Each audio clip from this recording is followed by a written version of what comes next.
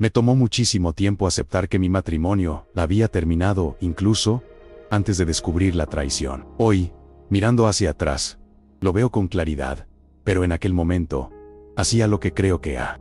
Mi nombre es Rosangela. Tengo 52 años. Estuve casada durante 27 años, con el mismo hombre, y durante mucho tiempo pensé que lo peor que podía pasar en un matrimonio era una pelea o una separación. No.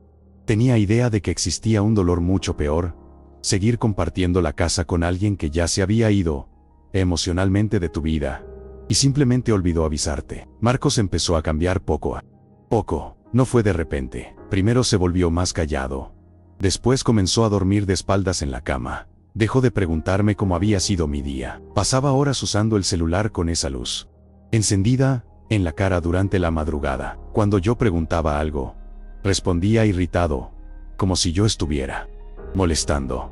Y aún así yo me culpaba. Pensaba que quizá estaba demasiado necesitada, demasiado sensible, demasiado envejecida. La verdad es que cuando una mujer pasa muchos años casada, aprende a tragarse pequeños dolores para mantener la paz en casa. El problema es que llega un momento en que esos pequeños dolores empiezan a acumularse y se convierten en algo imposible de ignorar.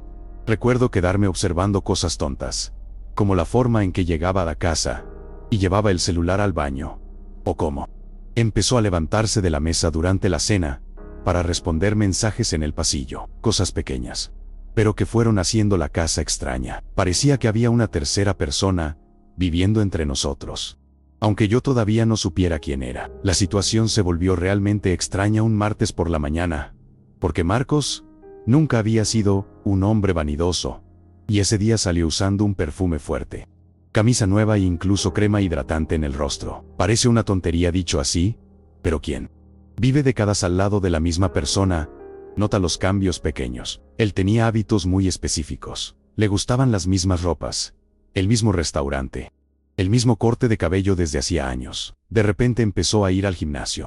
Compró zapatillas caras y comenzó a esconder la pantalla del celular cuando yo entraba a la cocina.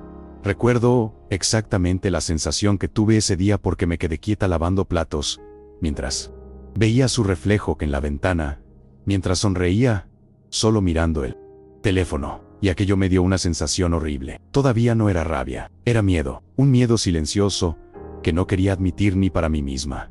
Mi hija incluso comentó que su padre estaba diferente, pero yo cambié de tema enseguida. Creo que me daba vergüenza decir en voz alta lo que empezaba a sospechar, porque cuando uno lo dice, parece que aquello cobra vida, y yo todavía quería creer que existía alguna explicación simple para todo eso. Pero esa misma semana ocurrió algo que jamás pude olvidar. Una noche dejó el celular cargando en la cocina, mientras se bañaba, y llegó un mensaje con un corazón rojo seguido de la frase "ya te extraño". No abrí la conversación porque mis manos empezaron a temblar inmediatamente. Solo me quedé mirando la pantalla, iluminada, sintiendo un calor horrible en la cara. Cuando salió del baño y vio el celular allí, lo tomó tan rápido de la encimera que casi tiró la taza de café. Y la forma en que me miró en ese momento me destruyó, porque no era la mirada de un hombre asustado, era la mirada de un hombre descubierto. A la mañana siguiente me desperté antes que él y me quedé sentada en la mesa de la cocina,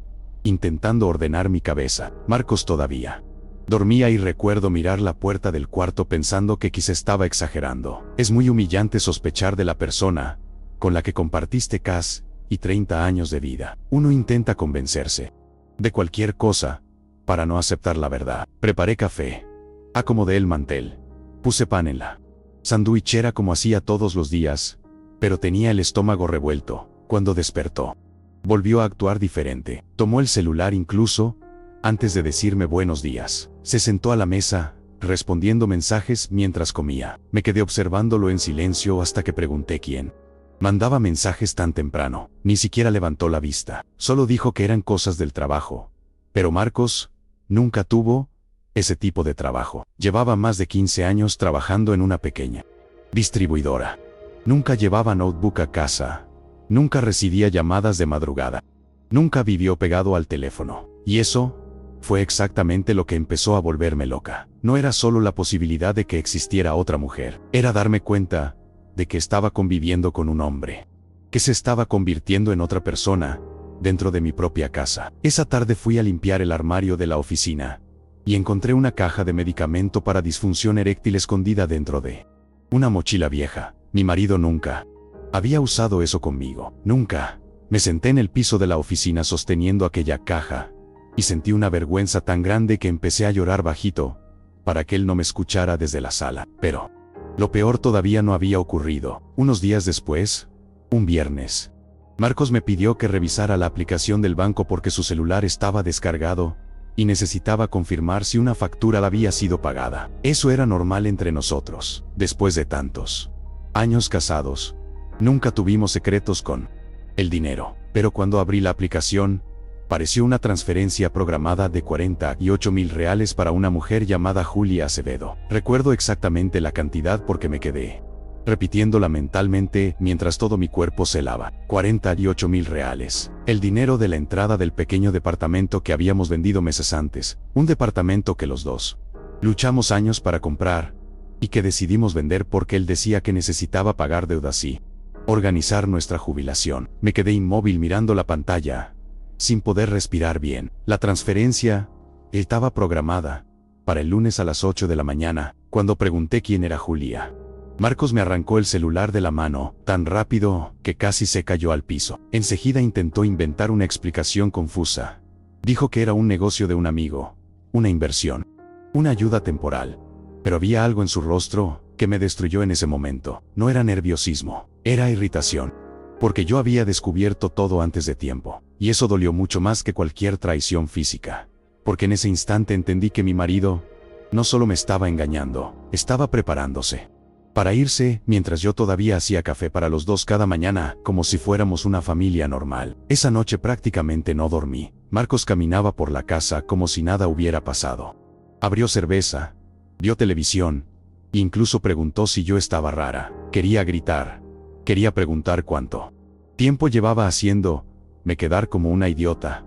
Pero algo dentro de mí se bloqueó. Creo que cuando la humillación es demasiado grande, la persona entra en un estado extraño de silencio. Fui al baño, y me quedé sentada sobre la tapa del inodoro, mirando el cesto de ropa sucia, mientras intentaba entender en qué momento mi matrimonio se había convertido en eso. El hombre que dormía en mi habitación estaba escondiendo dinero, escondiendo otra mujer, y probablemente planeando abandonarme desde hacía meses.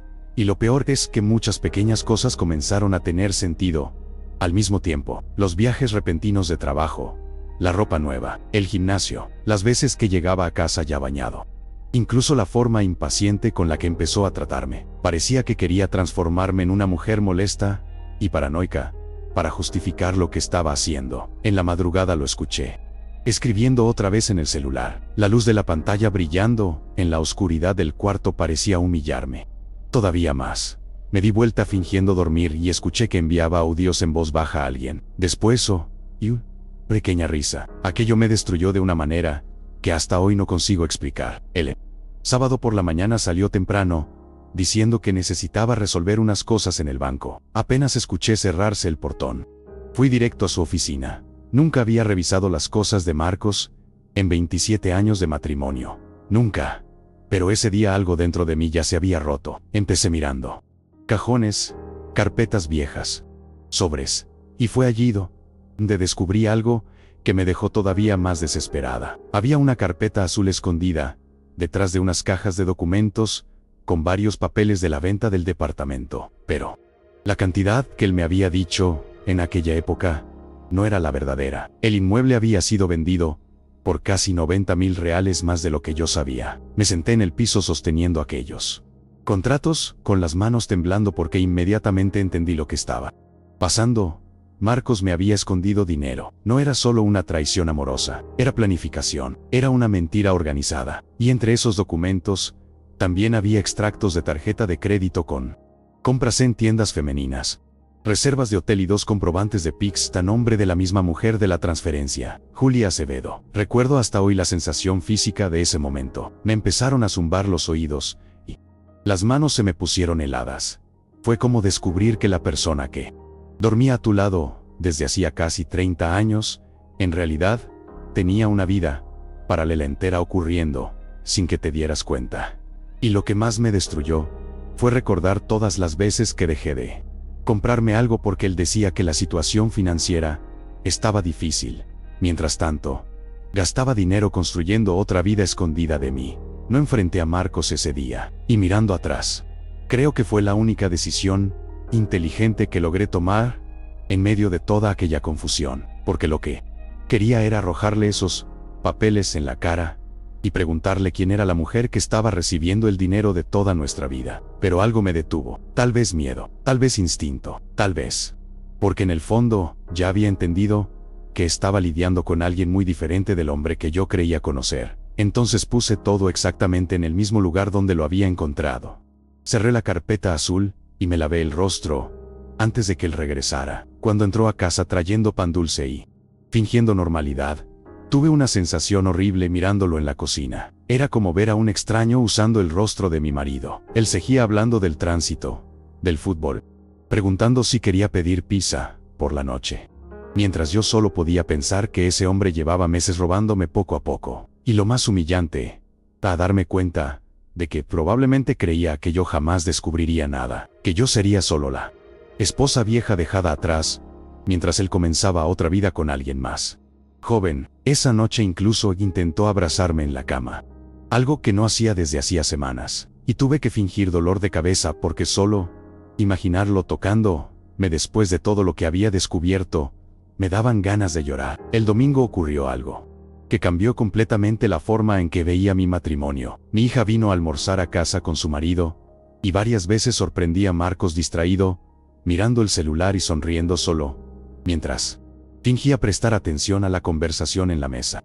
Eso empezó a darme rabia por primera vez. No tristeza, rabia de verdad, porque yo estaba allí sirviendo comida para la familia, mientras mi marido probablemente intercambiaba mensajes con otra mujer en medio de nuestra mesa. En cierto momento, se levantó para bañarse y olvidó el celular en el sofá. No sé explicar bien lo que pasó por mi cabeza en ese instante. Creo que fue la acumulación de todo.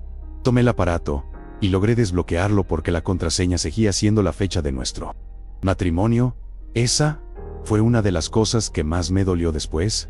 Mientras destruía nuestra vida, todavía usaba la fecha de nuestro matrimonio como contraseña. Cuando abrí los mensajes, todo mi cuerpo se heló. No eran solo conversaciones de traición. Hablaban de departamentos, viajes e incluso de cómo sería más fácil cuando él finalmente tuviera el valor de irse de casa. Y hubo un mensaje específico que jamás olvidaré. Ella preguntó si él todavía dormía conmigo, y él respondió: solo estoy esperando organizar las cosas para irme sin problemas. Me quedé mirando aquello sentada en el sofá de mi propia sala, mientras escuchaba a mi hija lavar los platos en la cocina. Fue en ese momento cuando entendí que mi matrimonio había terminado hacía mucho tiempo. Yo solo era la última persona en enterarse. Después de leer esos mensajes fui al baño y me quedé unos 10 minutos parada frente al espejo sin poder reconocerme bien. Es extraño cómo un descubrimiento así cambia incluso la manera en que una se ve a sí misma. Empecé a notar mis ojeras, mi cabello recogido de cualquier manera, las marcas en el rostro que aparecieron con el tiempo. Mientras tanto, la mujer de los mensajes parecía vivir en una realidad completamente distinta a la mía. Enviaba fotos de restaurantes, hablaba de gimnasio, viajes, vino, esas cosas. Y lo peor era que Marcos incentivaba todo eso. En las conversaciones, él parecía más ligero, más divertido, más vivo. Un hombre que yo ya no veía dentro de mi propia casa desde hacía mucho tiempo. Recuerdo sentarme en el borde de la cama esa tarde y sentir una humillación tan grande que empecé a temblar. Porque no se trataba solo de sexo o de traición. Era darse cuenta de que otra persona estaba recibiendo la mejor versión del hombre y por quien yo pasé casi 30 años cuidando, mientras conmigo solo tenía silencio, irritación y distancia. Y hubo algo en esos mensajes que me destruyó todavía más. Ella preguntó si yo sospechaba algo, y él respondió: Rosa vive en su mundo, nunca se da cuenta de nada. Eso me cortó de una forma que no puedo explicar, porque pasé años creyendo que estaba protegiendo a mi familia, siendo paciente, comprensiva, intentando mantener la paz en casa, y en la cabeza de él yo era solo una mujer acomodada y fácil de engañar. El lunes temprano, Marcos salió diciendo que tenía una reunión en la empresa. Apenas se fue, hice algo que jamás imaginé hacer en mi vida. Llamé al número de aquella mujer. Me quedé casi 20 minutos mirando la pantalla del celular antes de reunir valor. Cuando contestó, su voz parecía mucho más joven de lo que yo imaginaba. Debía tener poco más de 30 años. Le pregunté si conocía a Marcos, y del otro lado, hubo silencio durante algunos segundos. Después respondió tranquilamente que sí. No grité, no insulté, solo pregunté cuánto tiempo llevaba ocurriendo aquello. Y su respuesta me destruyó. 2 años. 2 años enteros. Incluso dijo una frase que quedó martillando en mi cabeza durante semanas. Dijo que Marcos aseguraba que nuestro matrimonio había terminado hacía mucho tiempo, y que yo solo seguía con él por comodidad. Sentí tanta vergüenza al escuchar eso que mis piernas se debilitaron. ¿Por qué? Una cosa es descubrir una infidelidad, otra mucho peor es descubrir que tu intimidad se convirtió en tema de conversación entre 2 personas que construyeron una relación sobre tu humillación. Antes de colgar, todavía me preguntó si realmente no sabía nada. Esa pregunta me destruyó más que todos los mensajes, porque en ese instante entendí que probablemente yo era la única persona de toda aquella historia que todavía creía en ese matrimonio. Pasé todo ese lunes en estado de shock. No pude comer. No pude ver televisión. Ni siquiera pude tender la cama. Caminaba por la casa, mirando las cosas de una manera diferente. El sillón, donde Marcos se sentaba todas las noches usando el celular. La taza rajada que utilizaba para el café. Su ropa colgada en el tendedero.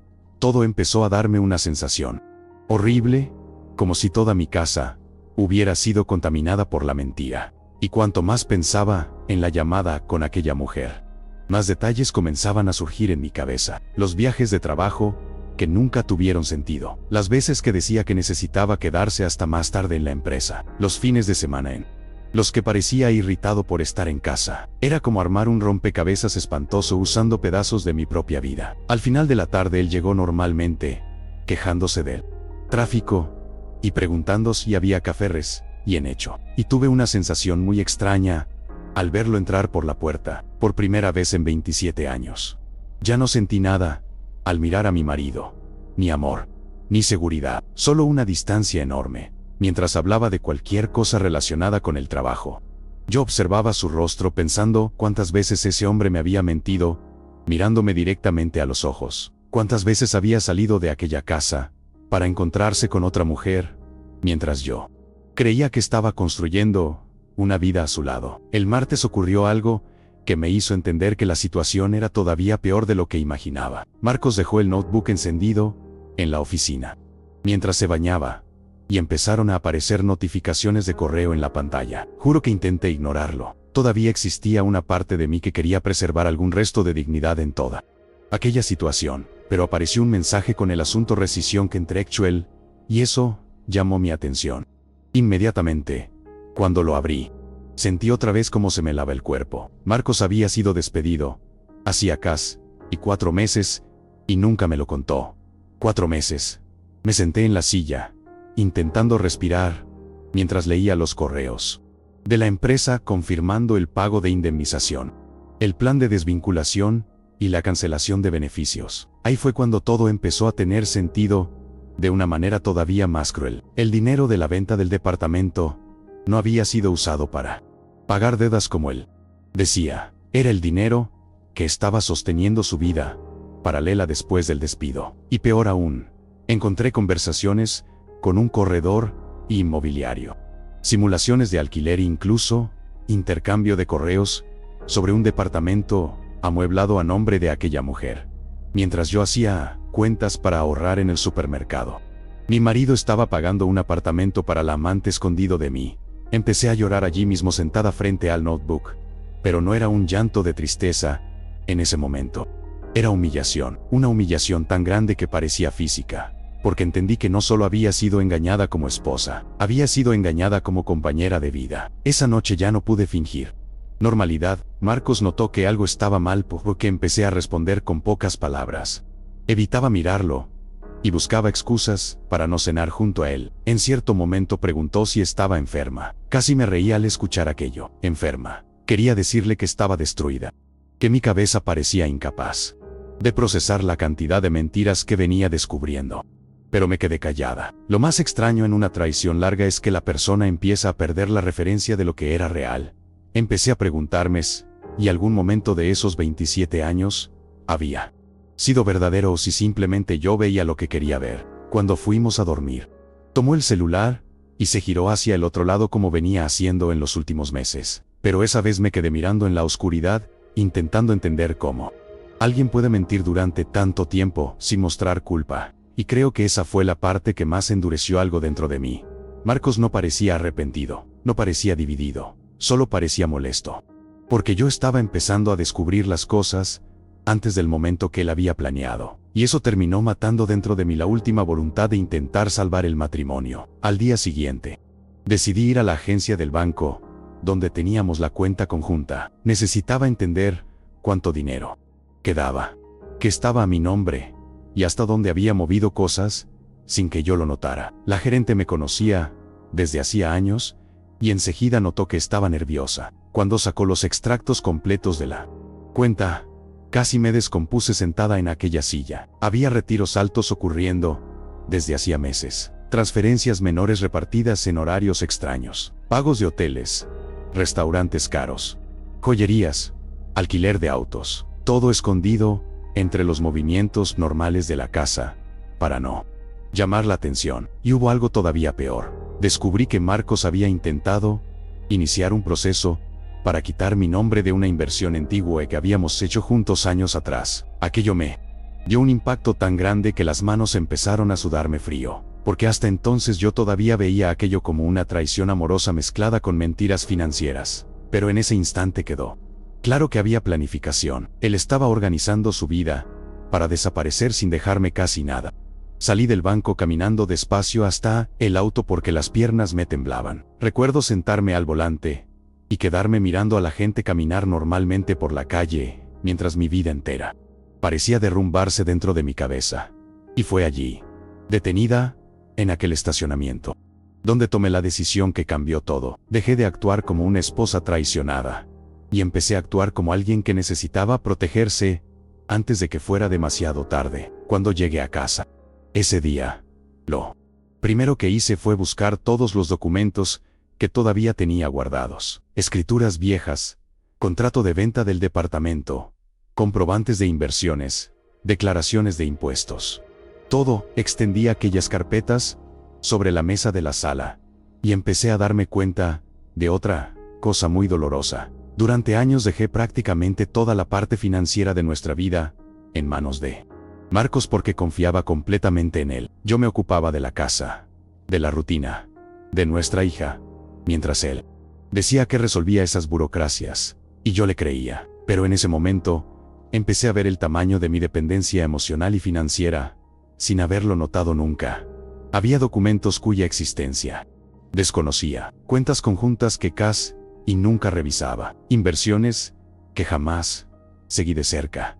Y mientras intentaba entender todo aquello, Marcos me enviaba mensajes preguntando si podía separar su camisa azul porque tendría una cena importante esa noche. Me quedé mirando ese mensaje en el celular. Sentí una rabia tan grande que todo mi cuerpo comenzó a temblar, porque mientras yo intentaba salvar los pedazos de mi vida, él todavía estaba preocupado por elegir ropa para encontrarse con otra mujer. Fue allí cuando entendí que, si seguía emocionalmente destruida de esa manera, él terminaría de arrasar con todo, antes incluso de que yo lograra reaccionar. Esa misma noche ocurrió algo que cambió completamente mi postura. Marcos llegó tarde a casa, con un perfume fuerte, y fingiendo normalidad. Otra vez, pero yo ya no podía mirarlo de la misma forma. Mientras se bañaba, el celular empezó a sonar sin parar encima de la cama. No eran mensajes, era una llamada, y apareció el nombre de ella en la pantalla. Julia. Me quedé mirando el teléfono vibrar durante algunos segundos hasta reunir el valor para contestar. Del otro lado, ella empezó a hablar rápido, creyendo que era él. Dijo que había habido un problema con el pago del departamento, y preguntó si él ya había conseguido resolverla. Situación de la vieja. Nunca olvidaré esa frase. La situación de la vieja. Mi corazón comenzó a latir con una velocidad absurda en ese momento. Permanecí en silencio unos segundos, y después pregunté calmadamente quién hablaba. La mujer colgó inmediatamente. Cuando Marcos salió del baño y vio el celular en mi mano, Su rostro perdió el color al instante.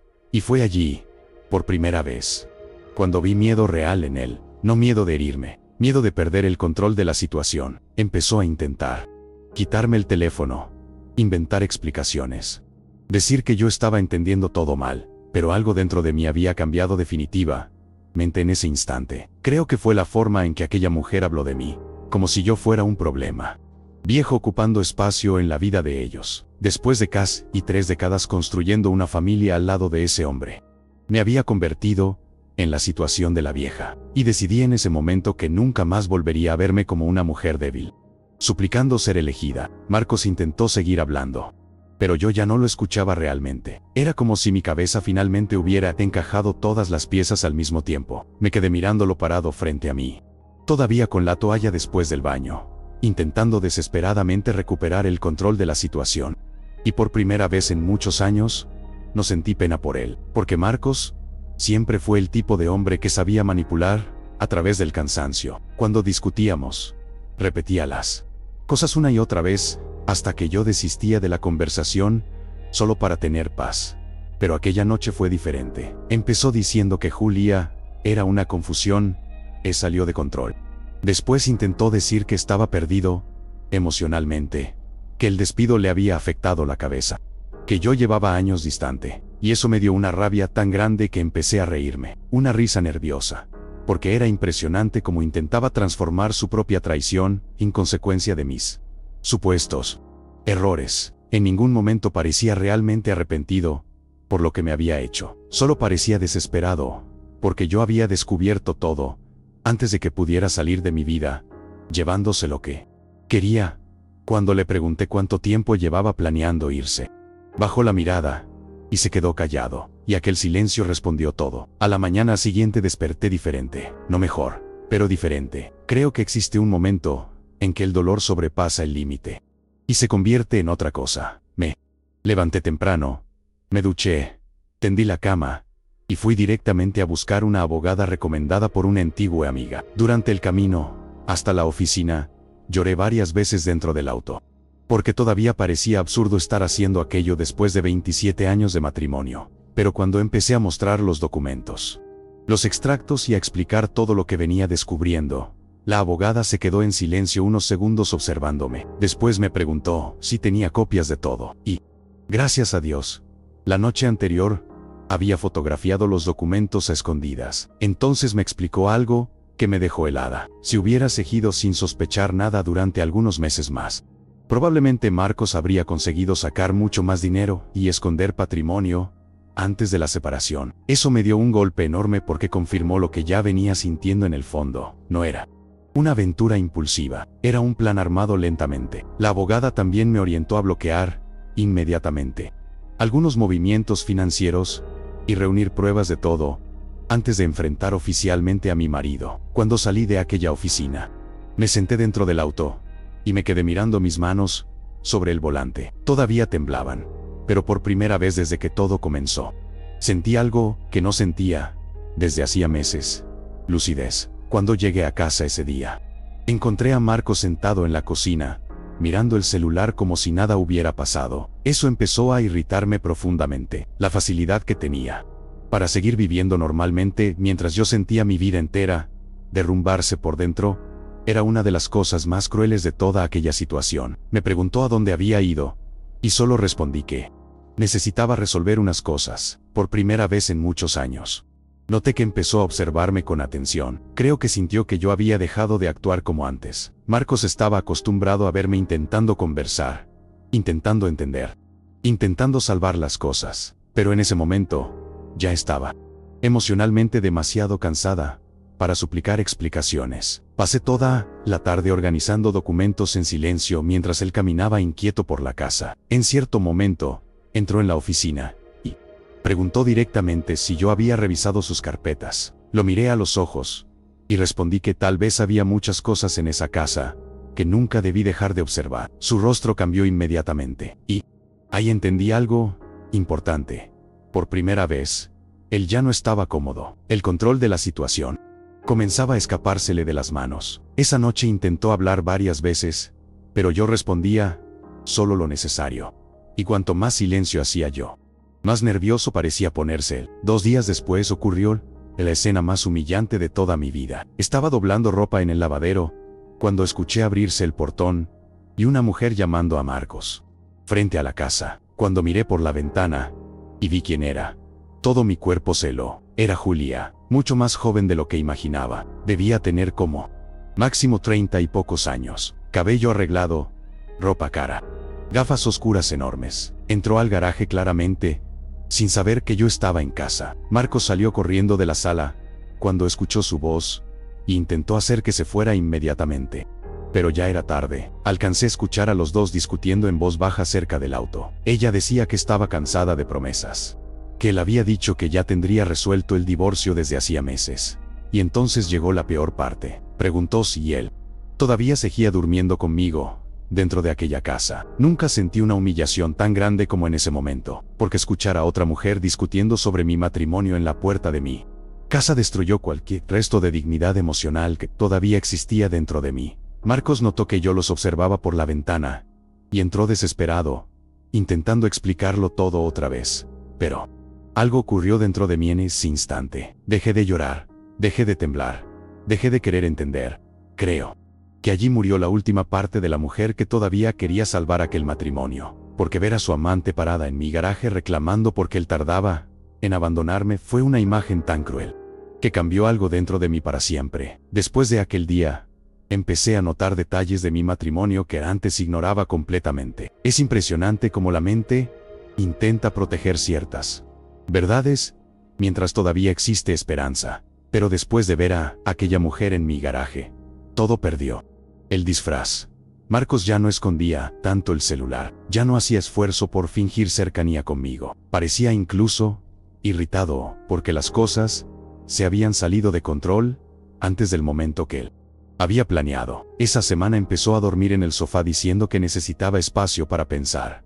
Y recuerdo mirar aquella escena de madrugada, él durmiendo en la sala, mientras yo estaba sola en el cuarto después de casi 3 décadas de matrimonio, y sentir una tristeza muy silenciosa.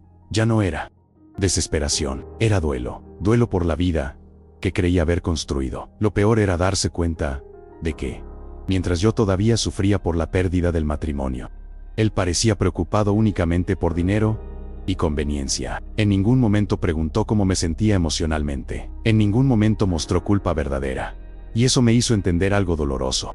Quizá yo había amado profundamente a un hombre que nunca me amó de la misma manera. Tal vez solo se había acomodado a la comodidad de la familia, de la rutina y de la mujer que siempre sostuvo todo, mientras él vivía su propia vida. Unos días después, mi hija apareció en casa sin avisar porque percibió que había algo muy mal entre nosotros. Intenté esconderlo al principio, pero no pude sostener la mentira. Terminé contándole todo llorando sentada en la mesa de la cocina. Los mensajes, el dinero escondido, la amante, el despido, y nunca olvidaré la expresión de su rostro mientras escuchaba todo aquello. Mi hija quedó en shock, sobre todo cuando descubrió que su padre llevaba meses usando el dinero de la venta del departamento, escondiéndolo de toda la familia. Empezó a llorar de rabia diciendo que ya no reconocía al propio padre.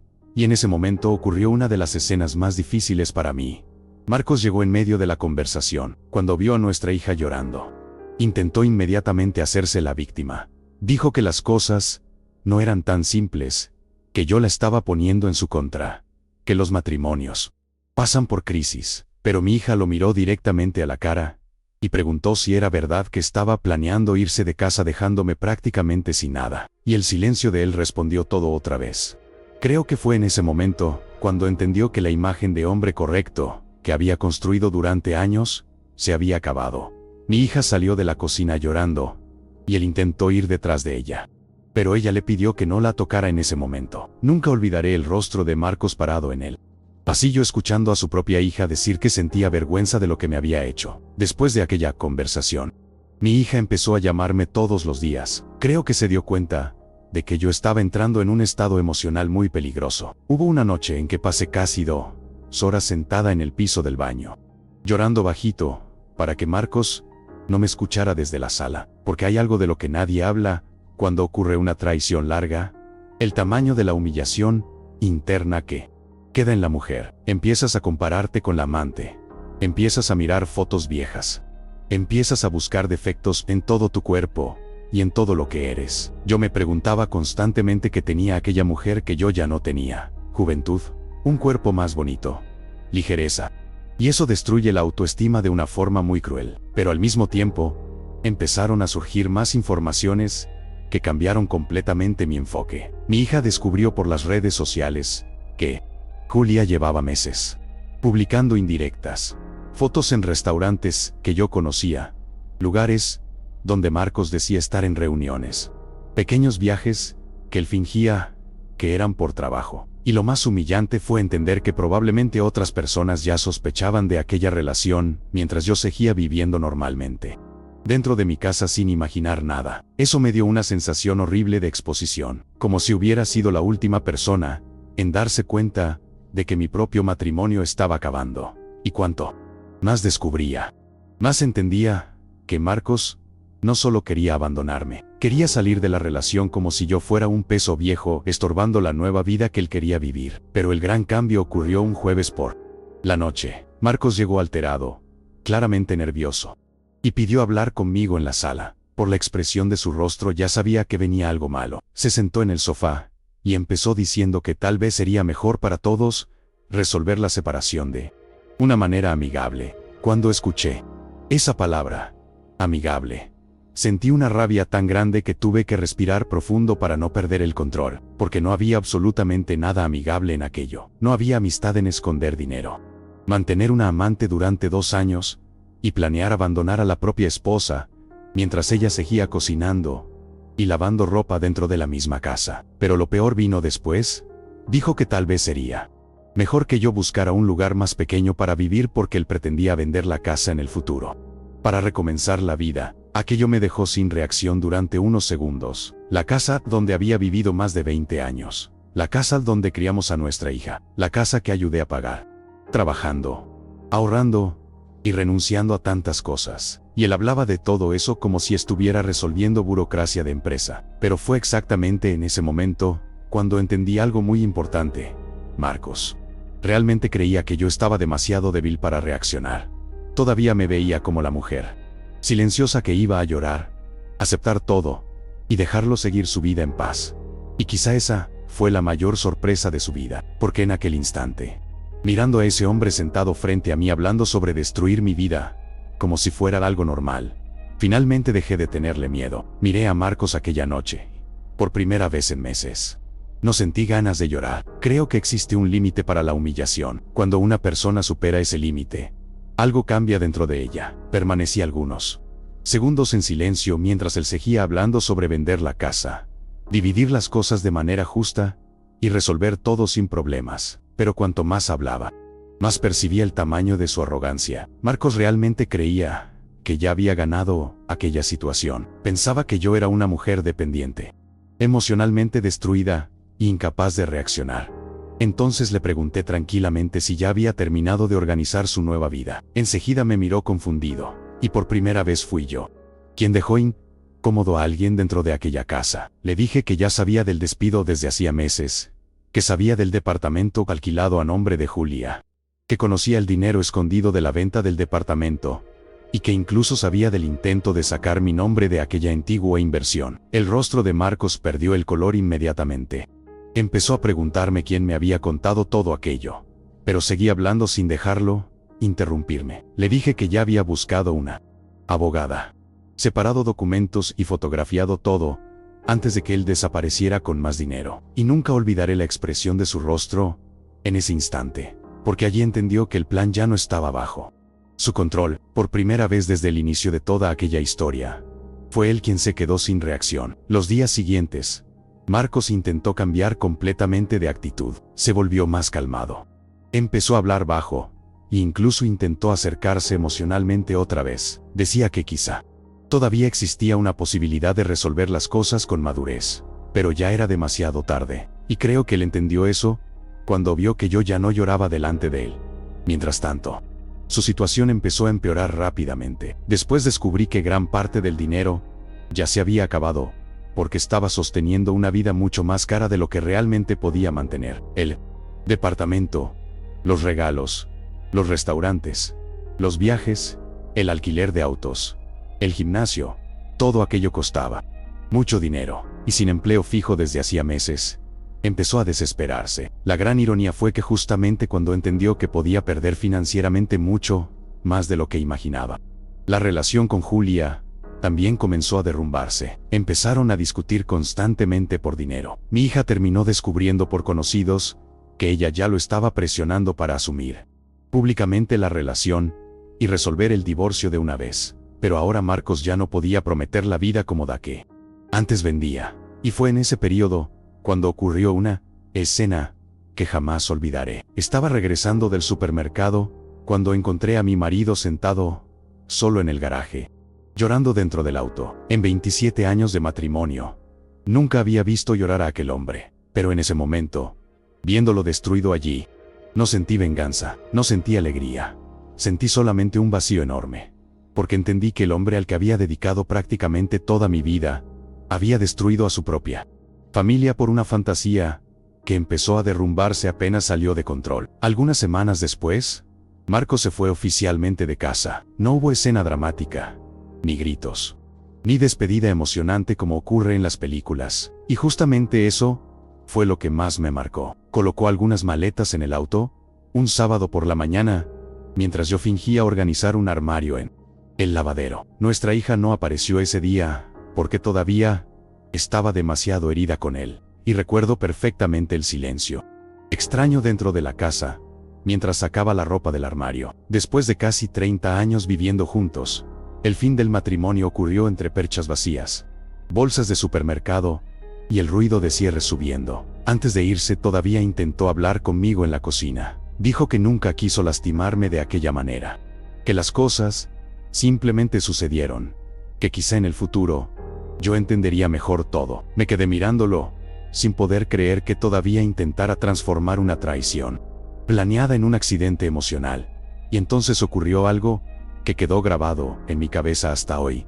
Antes de salir, preguntó si realmente pensaba seguir adelante con eso, usando abogados y división judicial, como si el problema fuera mi reacción y no todo lo que él había hecho. Fue allí cuando entendí que algunas personas solo se arrepienten cuando empiezan a sufrir las consecuencias de lo que causaron. No era culpa, era miedo.